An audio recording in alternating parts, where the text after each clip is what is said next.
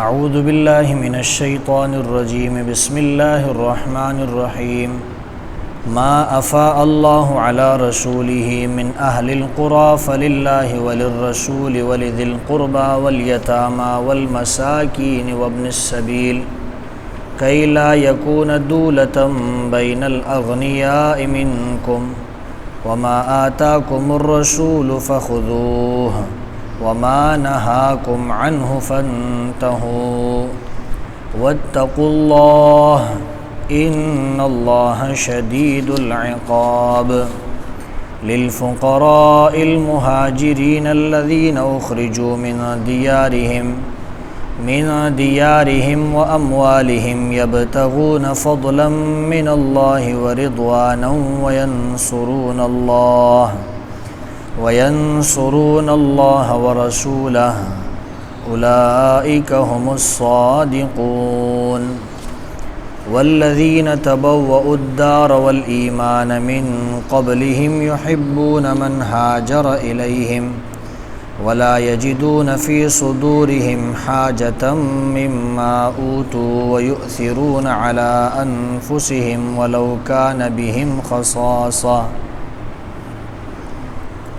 ومن يوق شح نفسه فأولئك هم المفلحون والذين جاءوا من بعدهم يقولون ربنا اغفر لنا ولإخواننا الذين سبقونا بالإيمان ولا تجعل في قلوبنا غلا للذين آمنوا ربنا إنك رؤوف رحيم۔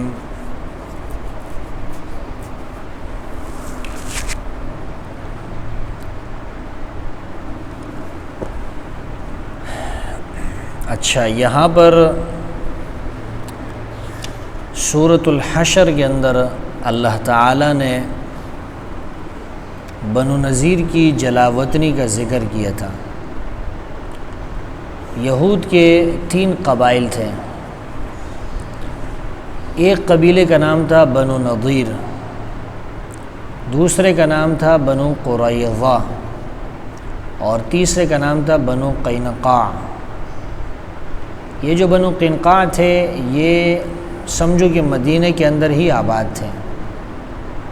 ان کو رسول اللہ صلی اللہ علیہ وسلم نے جلاوطن کیا مدینہ سے۔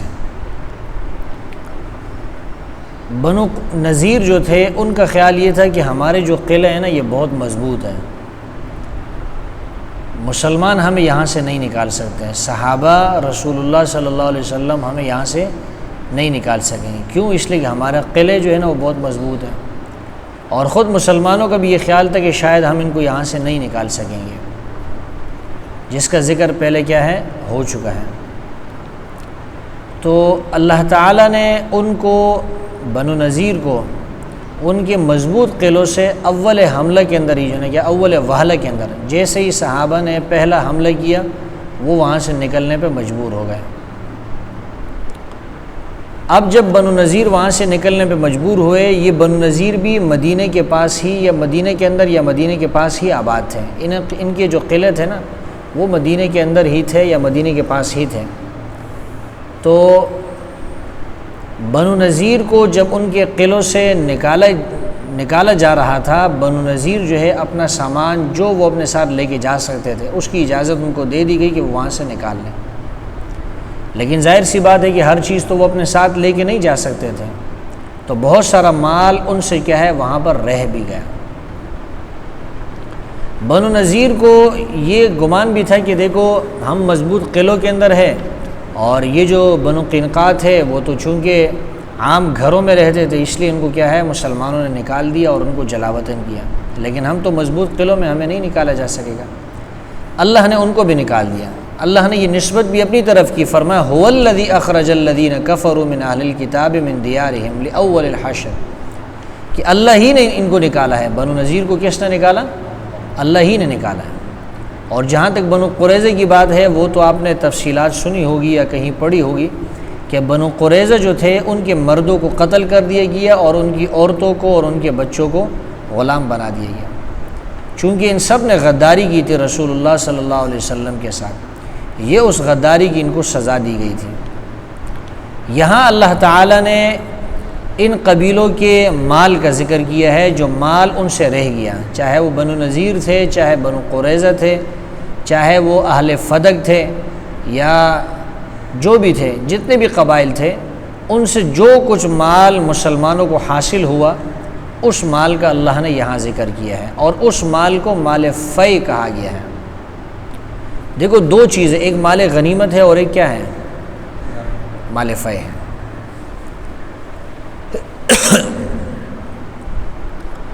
مال غنیمت تو وہ ہے کہ جو لڑائی کے بعد انسان کو حاصل ہو جائے، کفار کے ساتھ جو لڑائی ہوتی ہے، قتل و قتال ہوتا ہے، اس کے نتیجے کے اندر جو مال حاصل ہوتا ہے اس کو مال غنیمت کہتے ہیں۔ سمجھ میں آ رہی ہے بات؟ جس کا ذکر اللہ تعالیٰ نے وہاں سورہ انفال کے اندر کیا، وَاعْلَمُوا أَنَّمَا غَنِمْتُم مِّن شَيْءٍ فَأَنَّ لِلَّهِ خُمُسَهُ وَلِلرَّسُولِ وَلِذِي الْقُرْبَى وَالْيَتَامَى وَالْمَسَاكِينِ وَابْنِ السَّبِيلِ، کہ 5واں جو حصہ ہوگا مال غنیمت کا وہ بیت المال کے اندر جمع ہو جائے گا، اور باقی 4 جو حصے ہیں وہ جو لڑنے والے ہیں، مسلمان ہیں جو کفار سے لڑے ہیں، ان کے درمیان وہ 4 حصے تقسیم کیے جائیں گے، وہ تو مال غنیمت ہے۔ مال فی کس کو کہتے ہیں؟ مال فی وہ مال ہے کہ جو لڑے بغیر، قتل و قتال کیے بغیر، چاہے وہ صلح کے نتیجے میں ہو یا کفار جو ہے وہ بھاگ جائے، اپنے علاقے کو چھوڑ کے چلے جائے اور ان کے اموال باقی رہ جائے، تو اس مال کو مال فی کہا جاتا ہے۔ اس مال فی کو مال غنیمت کی طرح تقسیم نہیں کیا جائے گا، بلکہ یہ پورا جو مال ہے نا مال غنیمت، یہ سارا کا سارا جو ہے اللہ فرماتے ہیں کہ یہ اللہ کے لیے ہے، رسول کے لیے ہے، اور رسول اللہ صلی اللہ علیہ وسلم کے رشتہ داروں کے لیے ہے، یتیموں کے لیے ہے، مسکینوں کے لیے ہے، مسافروں کے لیے ہے، فقراء مہاجرین کے لیے ہے جن کو ان کے گھروں سے نکال دیا گیا تھا، اور ان انصار صحابہ کے لیے ہے جنہوں نے ان مہاجرین صحابہ کی مدد کی تھی، بلکہ قیامت تک آنے والے وہ تمام مسلمان کہ جو صحابہ سے محبت کرتے ہیں، جو صحابہ سے کیا کرتے ہیں؟ محبت کرتے ہیں، صحابہ کے لیے دعائیں کرتے ہیں، اور عام اہل ایمان کے لیے دعائیں کرتے ہیں، تو وہ بھی جو ہے اس مال کے مستحقین ہیں، مال فی کے۔ یہ بات سمجھ میں آ رہی ہے؟ حضرت عمر رضی اللہ تعالیٰ عنہ کے زمانے میں جب شام اور مصر اور یہ علاقے فتح ہوئے، انہوں نے مال فی جو ہے اس کو تقسیم نہیں کیا ان مستحقین میں، بلکہ جتنی بھی جائیدادیں تھیں اور جتنی بھی زمینیں تھیں وہ سب کے سب جو ہے حضرت عمر رضی اللہ تعالیٰ عنہ نے بیت المال کے اندر شامل کر دی، اور فرمایا کہ بیت المال میں شامل اس لیے کر رہے ہیں کہ اگر ان کو تقسیم کر دیا جائے تو بعد میں جو آنے والے مسلمان ہیں ان کو کیا ملے گا، تو اس مال کو بیت المال کے اندر رکھ دیا، اور اس کی جو آمدنی ہوتی تھی اور اس کی جو منافع ہوتے تھے، سمجھ میں آ رہی ہے بات، اس آمدنی کو اور اس منافع کو پھر جو فقراء تھے، مساکین تھے، یتیم تھے اور مسلمان تھے، جن جن کی ضروریات تھی، ان جو ضرورت مند تھے، ان ضرورت مندوں کے اندر کیا ہے اس کی آمدنی کو اور اس کے منافع کو تقسیم کیا جاتا تھا۔ تو یہ بہت اچھا اقدام تھا حضرت عمر فاروق رضی اللہ تعالیٰ عنہ کا، کہ ایک چیز کا جو نفع ہے نا وہ زیادہ عام ہو جائے اور بہت سارے مسلمان اس سے کیا کریں؟ فائدہ اٹھائیں۔ سمجھ میں آ رہی ہے بات؟ اور مال فی ہے بھی اصل میں رسول اللہ صلی اللہ علیہ وسلم کی ملکیت میں کیا چلا جاتا ہے؟ رسول اللہ صلی اللہ علیہ وسلم کی ملکیت میں جب یہ مال چلا گیا تو رسول اللہ صلی اللہ علیہ وسلم نے اس کو بیت المال میں کیا ہے ڈالنا تھا، اور پھر اس کو اس کے مستحقین میں کیا کرنا تھا؟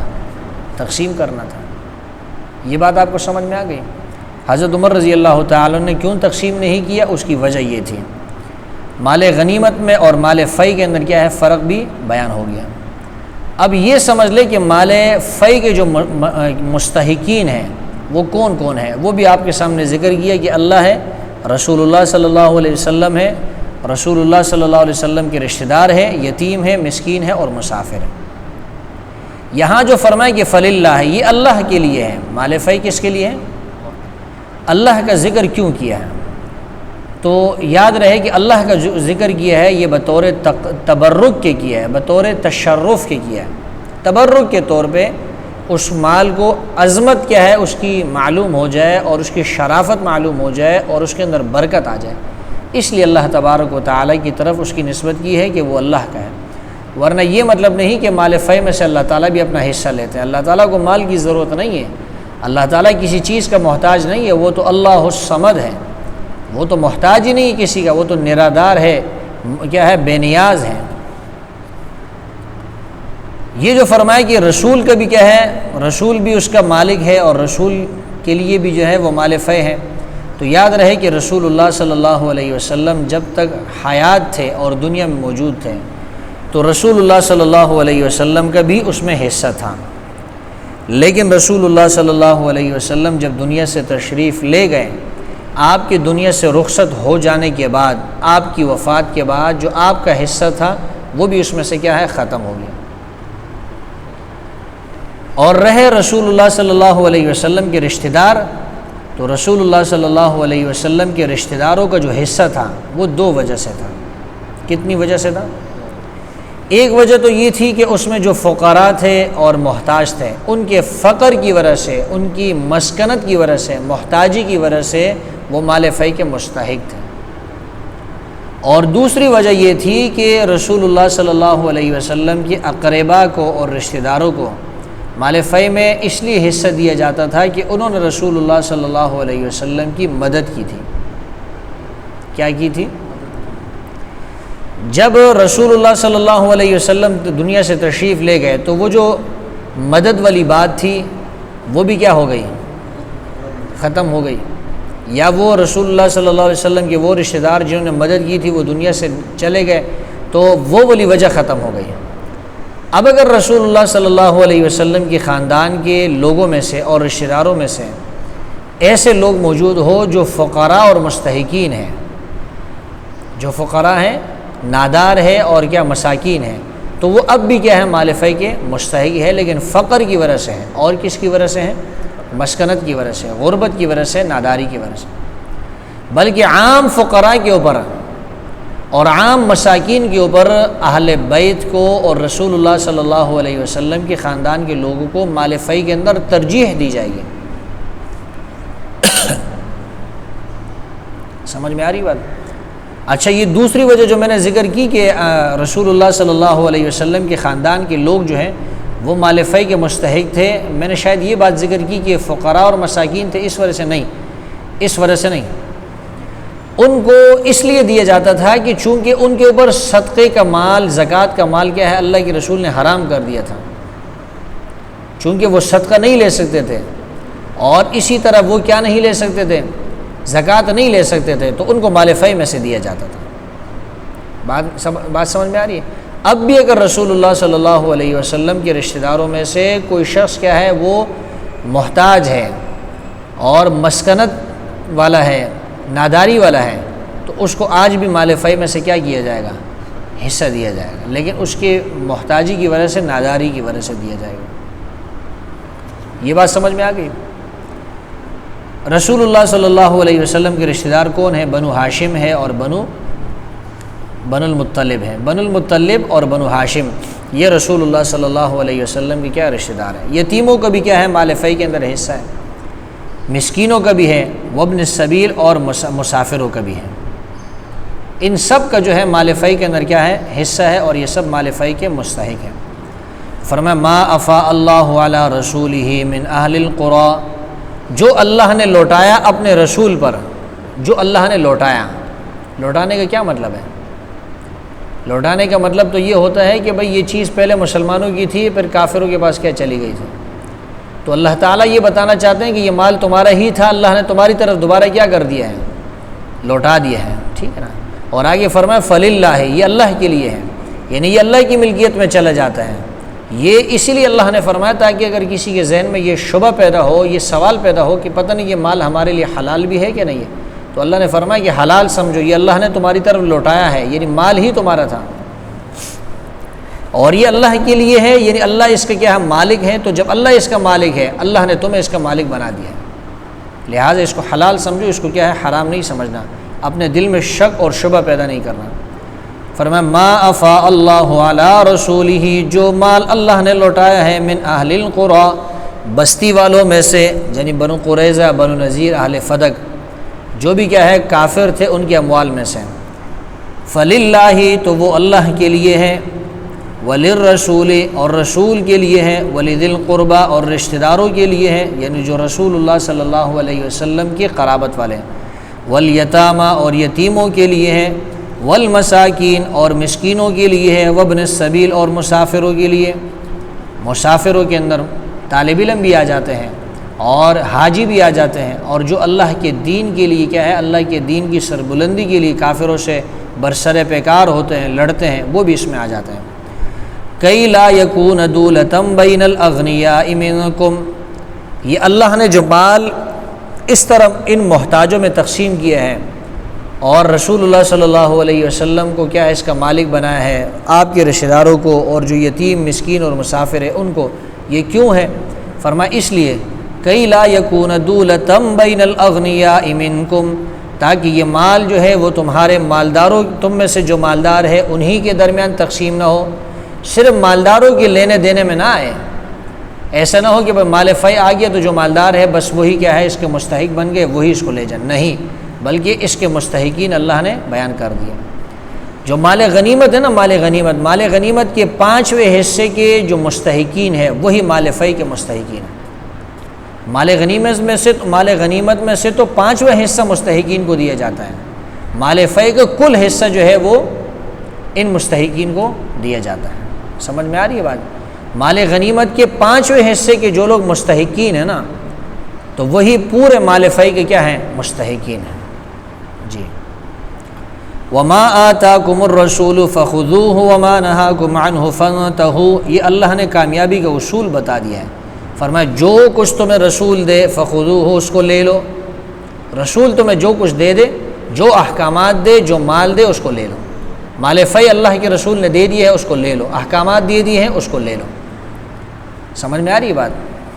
ایک روایت میں آتا ہے، غالباً حضرت عبداللہ ابن مسعود رضی اللہ تعالیٰ عنہ کی روایت ہے کہ ایک عورت سے حضرت عبداللہ ابن مسعود رضی اللہ تعالیٰ نے ایک حدیث بیان کی ہے، تو اس عورت نے کہا کہ آپ نے یہ جو بات ذکر کی ہے، میں نے تو یہ کیا ہے، آپ نے اس کو قرآن کا حوالہ دی کہ قرآن میں اللہ فرماتے ہیں، اللہ نے یہ بات فرمائی ہے کہ دانتوں میں فاصلہ نہیں کرنا چاہیے، اور گودنے والی پر گدوانے والی اور گودنے والی اور گدوانے والی عورتوں پہ اللہ کی لعنت ہے، جو دانتوں میں فاصلہ رکھتی ہے ان عورتوں پہ اللہ کی لعنت ہے۔ تو وہ عورت کہنے لگی میں نے تو قرآن پڑھا ہے، قرآن کے اندر تو مجھے یہ بات کہیں پر نظر نہیں آئی۔ تو حضرت عبداللہ ابن مسعود رضی اللہ تعالیٰ نے فرمایا لو قرأتیہ لوجدتیہ، اگر آپ نے قرآن پڑھا ہوتا تو آپ قرآن کے اندر اس بات کو پا لیتے کہ اللہ تعالیٰ نے یہ نہیں فرمایا وما آتاکم الرسول فخذوہ وما نہاکم عنہ فانتہوا، کہ اللہ کے رسول جو کچھ تمہیں دے اس کو لے لو، اور جس سے منع کرے اس سے رک جاؤ۔ تو اللہ کے رسول نے تو منع کیا ہے، اس سے لعنت فرمائی ہے۔ بات سمجھ میں آ رہی ہے؟ معلوم ہوا کہ رسول اللہ صلی اللہ علیہ وسلم کے احکامات پر عمل کرنا یہ بھی ضروری ہے۔ وما نہاکم عنہ، اور جس چیز سے تمہیں رسول منع کرے فانتہوا، اس سے باز آ جاؤ۔ واتقوا اللہ، یہ عمل کا اللہ نے نسخہ بتا دیا کہ آپ کے اندر عمل کا جذبہ کیسے پیدا ہوگا، آپ عمل کیسے کرو گے دین کے اوپر۔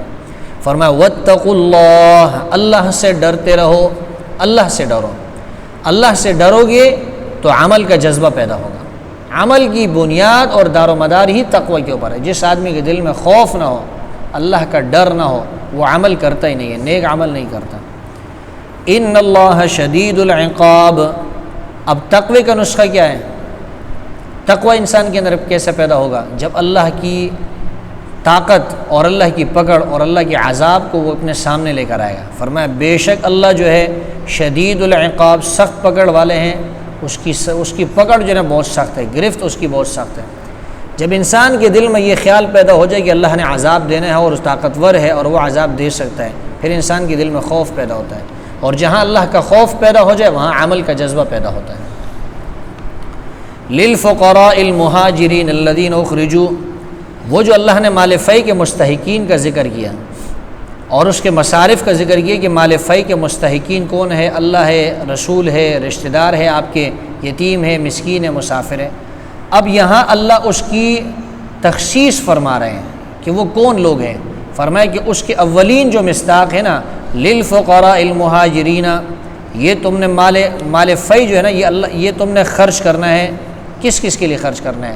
یہ فقراء کے لیے خرچ کرنا ہے۔ کون سے فقراء؟ المہاجرین، جو مہاجرین ہیں، الذین اخرجوا من دیارہم واموالہم، الذین اخرجوا جو نکالے گئے، من دیارہم اپنے گھروں سے، واموالہم اور جدا کیے گئے اپنے مالوں سے، واموالہم مالوں سے جدا کیے گئے اور گھروں سے ان کو کیا کر دیا گیا؟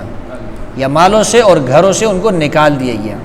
جن کو ان کے مالوں سے اور گھروں سے نکال دیا گیا، ان فقراء مہاجرین کے لیے کیا ہے؟ یہ مال فے ہے۔ یہ اس کے مستحقین کیا؟ یہ لوگ۔ اللہ نے مہاجرین صحابہ کو فقراء فرمایا، حالانکہ مکہ کے اندر ان کی جائیدادیں تھیں، زمینیں تھیں، دولت تھی۔ معلوم ہوتا ہے اس سے یہ مسئلہ، امام ابو حنیفہ رحمۃ اللہ علیہ نے اس سے یہ مسئلہ مستنبط کیا ہے، نکالا ہے اس سے یہ مسئلہ کہ اگر آپ کے مال پر، اگر مسلمانوں کے مال پر کافر غلبہ پا لیں،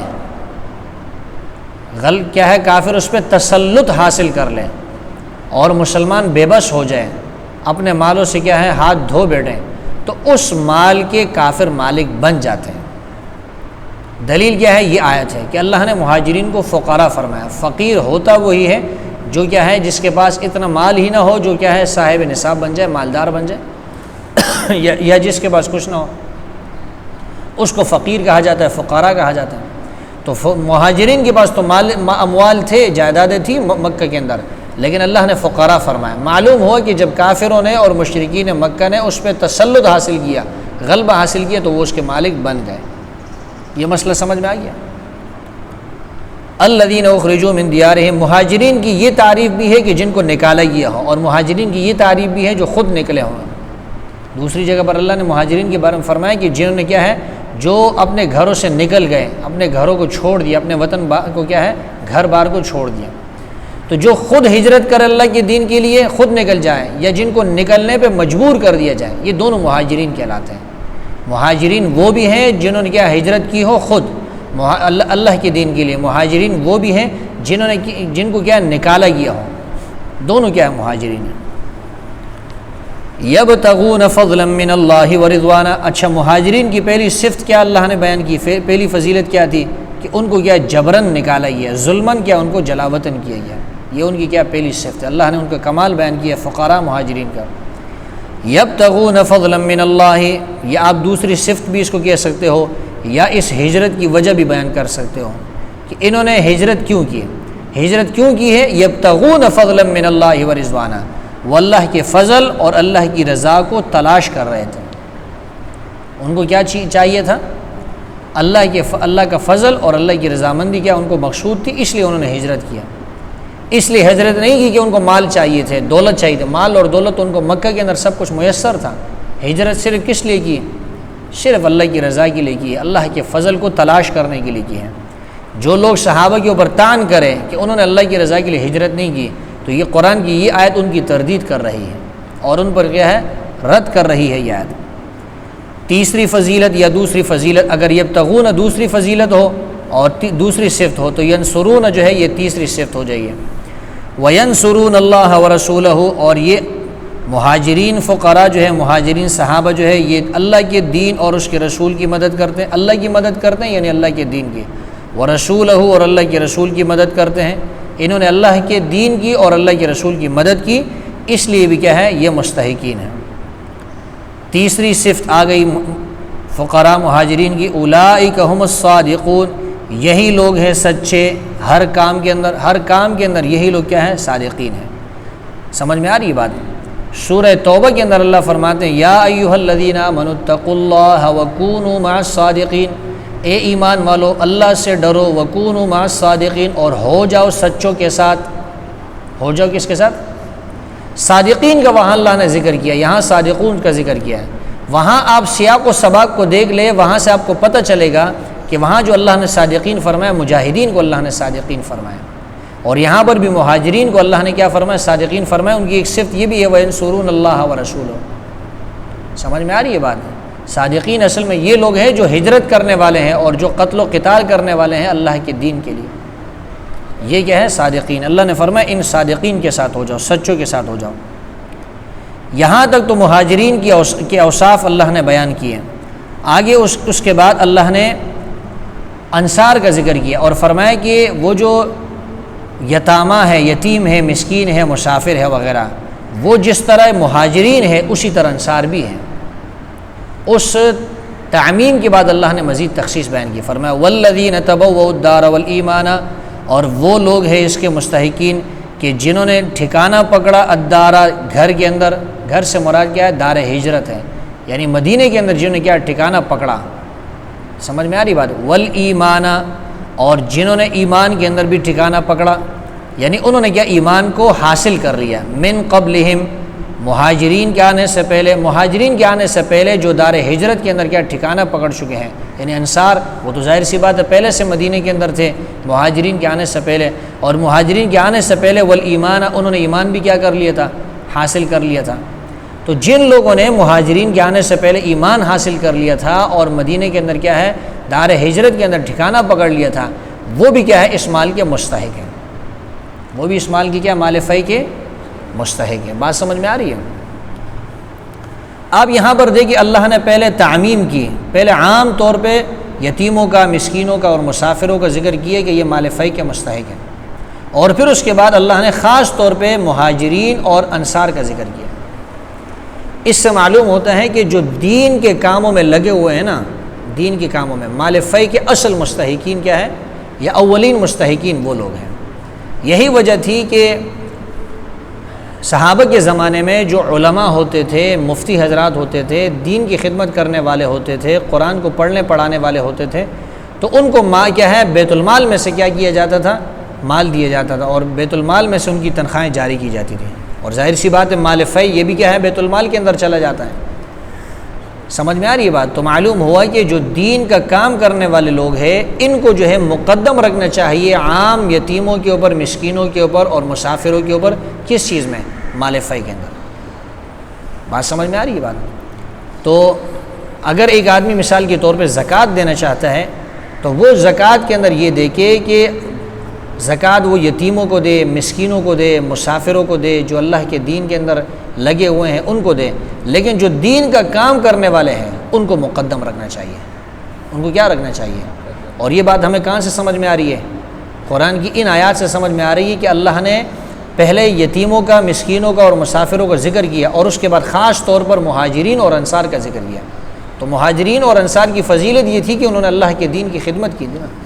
تو جو اللہ کے دین کی خدمت کرنے والے ہیں تو مال فی کے اور بیت المال کے مال کے اور اسی طرح زکوٰۃ کے اولین مستحقین یہی ہونے چاہیے، ان لوگوں کو کیا ترجیح دینی چاہیے۔ اور خاص طور پر ہمارے زمانے میں جو کہ پرفتن دور سے ہم کیا ہے گزر رہے ہیں، اس پرفتن دور کے اندر جب کہ ہر ایک آدمی وہ مادیات کے پیچھے لگا ہوا ہے اور وہ ترقی کے پیچھے کیا دوڑ رہا ہے کہ بھئی مجھے مال ملے، دولت ملے، میں بینک بیلنس بناؤں، کوٹیاں بناؤں، اس پرفتن دور کے اندر جب کہ ہر ایک آدمی مادیت کا تصور کیا لے کر بیٹھا ہوا ہے، اس دور کے اندر بھی کیا ہے جو لوگ دین کا کام کر رہے ہیں وہ زیادہ اس کے کیا ہے مستحقین، کہ ان کی کیا کی جائے مدد کی جائے زکوٰۃ کے اموال میں سے، مال فی کے اموال میں سے۔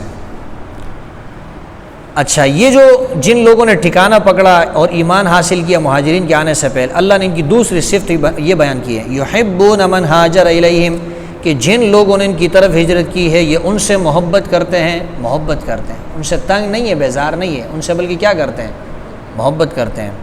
تیسری صفت یہ ہے ولا یجدون فی صدورہم حاجۃ مما اوتوا، یہ نہیں پاتے ہیں اپنے سینوں کے اندر تنگی، حاجتاً اپنے سینوں میں حسد اور تنگی کو نہیں پاتے ہیں، مما اوتوا اس مال سے جو مال ان کو دیا گیا، مہاجرین کو جو کچھ دیا گیا یہ اپنے سینوں کے اندر، اپنے دلوں کے اندر کیا اس سے تنگی محسوس نہیں کرتے۔ کیوں؟ اس لیے کہ مہاجرین سے ان کو محبت ہے۔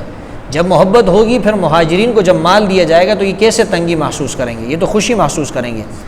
وَيُؤْثِرُونَ عَلَىٰ أَنفُسِهِمْ وَلَوْ كَانَ بِهِمْ خَصَاصَةٌ، اور یہ ترجیح دیتے ہیں، یہ اللہ نے اس محبت کا ایک نتیجہ بیان کیا ہے کہ بھئی محبت کا یہ مہاجرین سے محبت کرتے ہیں انصار، اس محبت کا نتیجہ یہ ہے وَيُؤْثِرُونَ عَلَىٰ أَنفُسِهِمْ، بلکہ یہ لوگ تو ترجیح دیتے ہیں مہاجرین کو عَلَىٰ أَنفُسِهِمْ اپنی جانوں کے اوپر، یہ اپنے آپ کو پیچھے کر لیتے ہیں اور مہاجرین کو کیا کرتے ہیں ان کو آگے کر لیتے ہیں، کہتے ہیں پہلے ان کو دیا جائے۔ وَلَوْ كَانَ بِهِمْ خَصَاصَةٌ، اگرچہ خود ان انصار کے اوپر جو ہے سخت محتاجی ہوتی ہے، سخت جو ہے فقر و فاقہ ہوتا ہے، پھر بھی یہ کہتے ہیں کہ ترجیح کس کو دینی چاہیے مہاجرین کو۔ وَمَن يُوقَ شُحَّ نَفْسِهِ، اور جو شخص بچا لیے گی اب شُحَّ نَفْسِهِ جی کے بخل سے، اپنے نفس کے بخل سے جس آدمی کو اللہ نے بچا لیا، فَأُولَٰئِكَ هُمُ الْمُفْلِحُونَ، یہی لوگ کامیاب ہے دونوں جہانوں کے اندر، دارین کے اندر کامیابی حاصل کرنے والے لوگ یہی ہیں۔ روایات میں آتا ہے کہ جب یہ مال فے مسلمانوں کو مل گیا، مسلمانوں کے ہاتھ لگ گیا، تو رسول اللہ صلی اللہ علیہ وسلم نے انصار کو جمع کیا، حضرت سعد ابن معاذ، سعد ابن عبادہ اور جتنے بھی انصار تھے سب کو جمع کیا۔ اللہ کے رسول نے سعد ابن عبادہ اور سعد ابن معاذ رضی اللہ تعالیٰ عنہما سے فرمایا کہ میں یہ چاہتا ہوں کہ یہ جو مال فے ہمیں آیا ہے، ہمیں ملا ہے، یہ مال فے میں انصار میں اور مہاجرین میں تقسیم کر دوں۔ تو حضرت سعد ابن معاذ اور سعد ابن عبادہ رضی اللہ تعالیٰ عنہما نے فرمایا اللہ کے رسول ہم یہ چاہتے ہیں کہ یہ مال بھی آپ مہاجرین میں تقسیم کر دیں۔ سمجھ میں آ رہی یہ بات؟ اور مہاجرین جو ہمارے گھروں میں رہ رہے ہیں وہ ہمارے گھروں میں بھی رہیں، ہمارے گھروں میں بھی رہیں، اور یہ مال بھی آپ ان کے درمیان کیا تقسیم کر دیں۔ اللہ کے رسول کا مقصد تو یہ تھا کہ جب مہاجرین میں یہ مال تقسیم کر دیا جائے گا تو جن مہاجرین نے انصار کی گھروں میں رہائش اختیار کی ہے، ظاہر سی بات ہے وہ گھر کس کو مل جائیں گے؟ واپس انصار کو مل جائیں گے۔ اللہ کے رسول نے فرمایا کہ وہ گھر انصار کو واپس مل جائیں گے اور مہاجرین کے لیے الگ گھروں کا انتظام ہو جائے گا۔ لیکن سعد ابن معاذ اور سعد ابن عبادہ رضی اللہ تعالیٰ عنہما نے فرمایا کہ نہیں، وہ مال فی بھی ان کو مل جائے، ان کو الگ گھر بھی مل جائے اور ہمارے گھروں کے اندر بھی رہتے رہے، ہم اس پر کیا خوش ہیں۔ جب انہوں نے یہ بات کی تمام انصار جتنے بھی تھے سب نے کیا اس پر خوشی کا اظہار کیا۔ اور پھر جب بحرین سے مال آیا، اللہ کے رسول نے فرمایا کہ میں یہ چاہتا ہوں کہ یہ مال اب میں کس کو دوں؟ یہ میں انصار کو دے دوں۔ تو اس وقت انصار نے فرمایا کہ ہم یہ چاہتے ہیں کہ یہ مال بھی مہاجرین کو دے دیا جائے۔ اتنی بڑی قربانی یہ صحابہ ہی دے سکتے ہیں، یہ ہر کسی کے بس کی بات نہیں ہے۔ اللہ اکبر، اتنے بڑے لوگ ہیں صحابہ، پھر بھی لوگ جو ہے صحابہ کے اوپر طعن کرتے ہیں، صحابہ کے اوپر کیا اعتراضات کرتے ہیں۔ والذین جاءوا من بعدہم، یہ تیسری جماعت کا ذکر آ گیا، اس میں تابعین بھی ہے، تبع تابعین بھی ہے، اور قیامت تک آنے والے لوگ اس کے اندر کیا شامل ہیں۔ والذین جاءوا، اور وہ لوگ جو آئے ہیں من بعدہم، ان کے بعد، جو ان کے بعد آئے ہیں اسلام میں، جنہوں نے ان مہاجرین اور انصار کے بعد اسلام کو قبول کیا، یا مہاجرین کے بعد انہوں نے ہجرت کی ہے، یا جو لوگ دنیا کے اندر مہاجرین اور انصار کے بعد آئے ہیں۔ اب دنیا میں جو بعد میں آئے ہیں تو قیامت تک آنے والے لوگ سب اس میں شامل ہو جائیں گے۔ فرمایا وہ لوگ بھی اس کے مستحق ہیں، لیکن ان کے لیے کیا ہے؟ جب ان کی یہ اوصاف ان کے اندر موجود ہو۔ کیا اوصاف؟ پہلی صفت یہ یقولون، جب کہ وہ یہ کہتے ہو یا ربنا اغفر لنا، اے ہمارے پروردگار ہمیں بھی بخش دے، ہمیں بخش دے، ہمیں معاف فرما۔ جو استغفار کرتے ہو وہ کیا ہے؟ بعد میں آنے والے وہ بھی اس کے مستحق ہیں۔ وَلِإِخْوَانِنَا الَّذِينَ سَبَقُونَا بِالْإِيمَانِ، اور دوسری صفت ان کی یہ ہے کہ وہ اپنے اسلاف کے لیے بھی کیا دعائیں کرتے ہیں۔ وَلِإِخْوَانِنَا الَّذِينَ سَبَقُونَا بِالْإِيمَانِ، اور ہمارے ان بھائیوں کو بھی بخش دے، ان کو بھی معاف فرما۔ الَّذِينَ سَبَقُونَا بِالْإِيمَانِ، جو ہم سے پہلے ایمان لا چکے ہیں، جو ہم سے ایمان کے اندر کیا کر چکے ہیں؟ سبقت کر چکے ہیں۔ جو ہم سے پہلے ایمان لا چکے ہیں، ہم سے ایمان کے اندر سبقت کر چکے ہیں، یعنی آپ اس کو یوں کہہ سکتے ہو کہ جو لوگ ہمارے ایمان کا سبب بنے ہیں ان کو بھی آپ معاف فرما دیجئے، ان کی بھی بخشش فرما دیجئے۔ بھئی ہمارے ایمان کا اصل سبب کون بنے ہیں؟ صحابہ بنے ہیں کہ نہیں بنے ہیں؟ تو اللہ نے فرمایا کہ جو ایمان کا سبب بنے ہیں نا، جیسے صحابہ ہمارے ایمان کا سبب ہے، صحابہ نہ ہوتے تو ہم تک دین نہیں پہنچتا۔ ہمیں دین پہنچایا ہے تو کس نے پہنچایا ہے؟ صحابہ نے پہنچایا ہے۔ تو فرمایا کہ یہ بعد میں آنے والے لوگ یہ صحابہ کے لیے بھی کیا کرتے ہیں؟ استغفار کرتے ہیں، اور صحابہ ہم سے ایمان میں سبقت لے جا چکے ہیں، ہم سے پہلے ایمان لا چکے ہیں، وہ ہمارے ایمان کا سبب ہے، اس لیے ہم ان کے لیے دعا کرتے ہیں۔ اور تیسری صفت یہ ہے کہ اپنے معاشرین سے، معاشرین ہم عصر لوگوں سے، اپنے زمانے کے لوگوں سے جو مسلمان ہیں ان سے بغض بھی نہیں رکھتے ہیں، یہ بعد میں آنے والے لوگ۔ اور وہ یہ دعا کرتے ہیں وَلَا تَجْعَلْ فِي قُلُوبِنَا غِلًّا، اور ہم نہ ڈال ہمارے دلوں کے اندر کینہ، لِلَّذِينَ آمَنُوا، ایمان والوں کے لیے، جو لوگ ایمان لا چکے ہیں، اللہ ہمارے دلوں کے اندر ان کے لیے حسد بھی پیدا نہیں کرنا۔ سمجھ میں آ رہی ہے بات؟ تو صحابہ کے ساتھ اگر کوئی شخص بغض رکھے گا، علماء فرماتے ہیں کہ وہ مال فی کا مستحق ہی نہیں ہے۔ مال فی کے مستحقین وہ ہیں جو صحابہ سے محبت کرنے والے ہیں، جو صحابہ کے لیے استغفار کرتے ہیں اور یہ دعا کرتے ہیں کہ صحابہ کے لیے جو ایمان والے ہیں ہمارے دلوں میں ان کے لیے کیا ہے؟ بغض اور حسد پیدا نہ فرما۔ یہ للذین آمنوا جس طرح ہم عصر لوگوں کو شامل ہے، یہ صحابہ کو بھی کیا شامل ہے، یعنی صحابہ کے لیے بھی وہ یہ دعائیں کرتے ہیں کہ ہمارے دلوں میں ان کا کینہ پیدا نہ فرما، اور اپنے زمانے کے لوگوں کے لیے بھی یہ دعا کرتے ہیں۔ ربنا انک رؤوف الرحیم، یہ دعا کرتے ہیں وہ اس لیے کرتے ہیں، وہ کہتے ہیں کہ اللہ تو ہی جو ہے کیا قبول کرنے والا ہے، تو ہماری دعا کو کیا کر قبول فرما۔ ربنا، اے ہمارے پروردگار، انک رؤوف الرحیم، بے شک تو ہی نرمی کرنے والا ہے، مہربان ہے۔ تو ان آیات کے اندر ہم نے مال فے اور مال غنیمت اس کے درمیان فرق پڑا، اس کے مستحقین کا ہم نے ذکر پڑھا، اس کا طریقہ کار کیا تھا تقسیم کا وہ ہم نے پڑھا، اور اسی طرح ہم نے یہ بات بھی اس میں سمجھ لی کہ حضرت عمر فاروق رضی اللہ تعالیٰ عنہ نے مال فے کو تقسیم نہیں کیا تھا، اس کو کہاں پر ڈال دیا تھا، اس کو بیت المال کے اندر شامل کر دیا تھا تاکہ اس کا نفع جو ہے وہ عام ہو جائے، بہت سارے لوگوں کو کیا اس کا نفع حاصل ہو جائے، اس لیے حضرت عمر رضی اللہ تعالیٰ عنہ نے مال فے کو تقسیم نہیں کیا تھا۔ اور ان آیات کے اندر ہم نے مہاجرین اور انصار جو صحابہ تھے ان کے فضائل اور اوصاف بھی کیا ہیں پڑھ لیے ہیں، ٹھیک ہے۔